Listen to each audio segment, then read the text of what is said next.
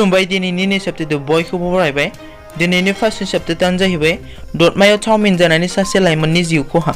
थांनाय रबिबारखालि क'क्राझार जिल्लानि सिङाव थानाय दतमायाव मोनसे गिख्रंथाव जाथाया जानानै थाङो।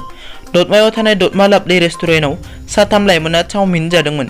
चाउमिन जाखांनाय दसे समनि उनाव गोबानाय जायो। बिनि उनाव बिसोरखौ देहा फाहामसालियाव थिसनो। नाथाय दतमा गोजौसिन फरायसालियाव थाखो 10आव फरायफुबाय थानाय भुमिधर ब्रह्मआ गोब्राब हालतनि थाखाय बङाइगावनि लवार आसाम देहा फाहामसालियाव जोबथा हां बोयो। मख'नो गोनांदि दुखुथिया नखरा दतमा लाभली रेस्टुरेन्टनि बिगुमानि हेंथायै पुलिस थानायाव एजाहार होयो। 2 नम्बराव दङ आसामनि केबिनेटआ सोलोंथाइ बोसोरनि गोदान केलेन्डारखौ गनायथि होबाय।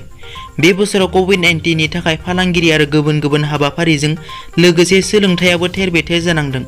कभिड-19 नि थाखाय बे बोसोराव फरायसालि, फरायसालिमा आरो मुलुगसोलोंसालिया बन्द जानांदों। बे समावनो मैया मोनसे खौराङा सोराङाव फैयो। खौराङाव फोसावनाय बादिब्ला मैया आसाम केबिनेटआ सोलोंथाइ बोसोरनि गोदान केलेन्डारखौ गनायथि होबाय। स्कुलनि सिजनआ जानुवारिनिफ्राय डिसेम्बरसिमनि सोलायै बे बोसोरनिफ्राय एप्रिलनिफ्राय मार्चसिम जासिगोन। 3 नम्बराव दङ भारत सरकारा टिकटकजों लोगोसे गासै मोन 59 चाइनानि एप्सखौ बन्द खालामबाय।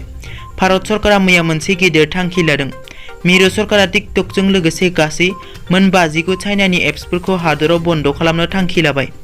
मख'नो गोनांदि भारत चीननि गेजेराव दावराव-दावसि जानायनि उननिफ्रायनो समाजारि बिजोङाव चाइनानि एप्स बाहायनायखौ बन्द खालामनांगौनि भारत सरकारनिसिम दाबि दैखांनायखौ नुनो मोनगासिनो दंमोन।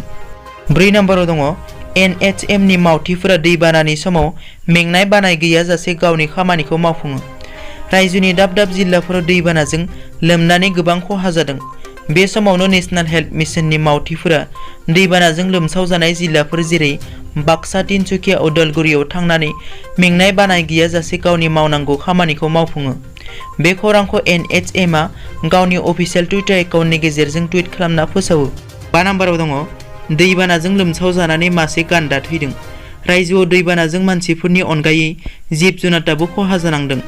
मैया मासे गान्दाया दैबानाजों लोमसावजानानै थैयो।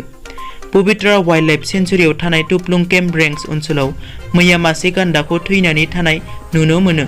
बे गान्दाखौ दैबानाजों लोमसावजानानै थैदों होनना हमदांना लानाय जादों। मख'नो गोनांदि रायजोनि नेशनेल पार्क आरो वाइल्डलाइफ सेंचुरिफोरा दैबानाजों लोमसावजानायनि जाहोनाव गोबां जिब-जुनारफोरनि थाखाय जिंगा सिथावना जादों आरो गोबां जिब-जुनारफोरा ओंखारबोनांगौ जायो। दिनैनि सप्ताया एसेनोसै। नोंथांमोना जुदि आंनि चेनेलखौ दासिमबो साबस्क्राइब खालामाखै, अन्नानै साबस्क्राइब खालाम। गोजोन्थों।